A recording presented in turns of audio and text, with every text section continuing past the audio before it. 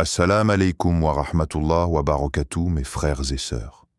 Bienvenue dans cette vidéo qui pourrait transformer votre relation avec Allah.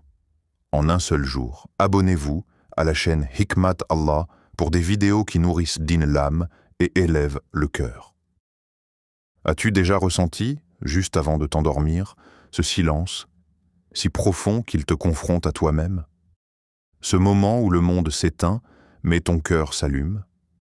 C'est là que commence la vraie rencontre avec ton âme, l'importance de la nuit en islam. Le prophète Muhammad disait « Il y a une heure dans la nuit où, si un serviteur demande quelque chose à Allah, il la lui accorde. » La nuit n'est pas seulement le repos du corps, c'est le rendez-vous sacré de l'âme. C'est dans cette obscurité que le cœur trouve la lumière, et c'est là que les sourates protectrices prennent tout leur sens. Mais pourquoi avons-nous tant besoin de protection avant de dormir? Peut-être parce que c'est le moment où nos pensées reviennent, où nos regrets parlent, où nos peurs murmurent l'histoire. Un jeune perdu dans ses pensées la nuit.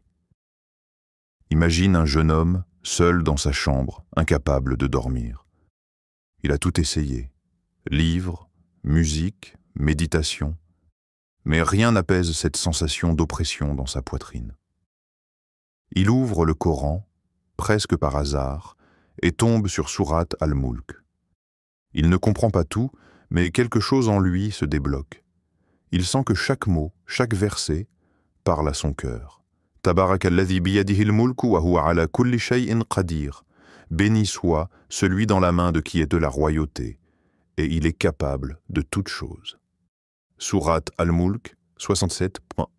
C'est comme si Allah lui disait « Tu n'as jamais été seul. Tu es sous ma royauté. Repose ton cœur, les sourates protectrices et leurs vertus. » Il y a 3 sourates essentielles que le prophète récitait chaque nuit avant de dormir. Sourate Al-Ikhlas, Sourate Al-Falaq, Sourate An-Nas. Il les récitait, puis passait ses mains sur son corps pour se protéger. Ces sourates sont plus qu'un rempart contre le mal. Elles sont une armure invisible, un murmure sacré, un appel à la lumière dans l'obscurité. Qul a'udhu bi rabbil falaq dit « Je cherche protection auprès du Seigneur de l'aube naissante ». Al-Falaq 113. 1. Et toi, quand tu poses ta tête sur l'oreiller, que dis-tu à ton âme? Est-ce que tu l'abandonnes à l'insomnie, au doute, au regret, ou est-ce que tu l'élèves vers celui qui l'a créé? Lillahu yatawaffa, al-anfusa hina mautiha, wallati lam tamut fi manamiha.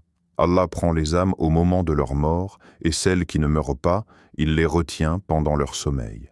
Sourate Az-Zumar 39-42. Quand tu dors, ton âme monte vers lui. Que porte-t-elle avec elle? Des plaintes ou des prières, invocations et rappel final. Avant de dormir ce soir, prends un moment, ferme les yeux, récite Al-Mulk, Al-Ikhlas, Al-Falaq, An-Nas, et dis simplement « Ya Allah, protège-moi cette nuit, pardonne-moi, apaise mon cœur ». La paix ne vient pas du silence de la nuit, mais du souvenir d'Allah dans ce silence. Le prophète a dit « Celui qui lit Al-Mulk chaque nuit, Allah le protégera du châtiment de la tombe ». Alors n'oublie pas, ce ne sont pas seulement des mots, ce sont des clés, des boucliers, des lumières. Avant de dormir, fais de ton cœur un lieu de dhikr, pas de distraction. Abonne-toi pour plus de rappels profonds et n'oublie pas, chaque nuit est une chance d'être plus proche de celui qui ne dort jamais.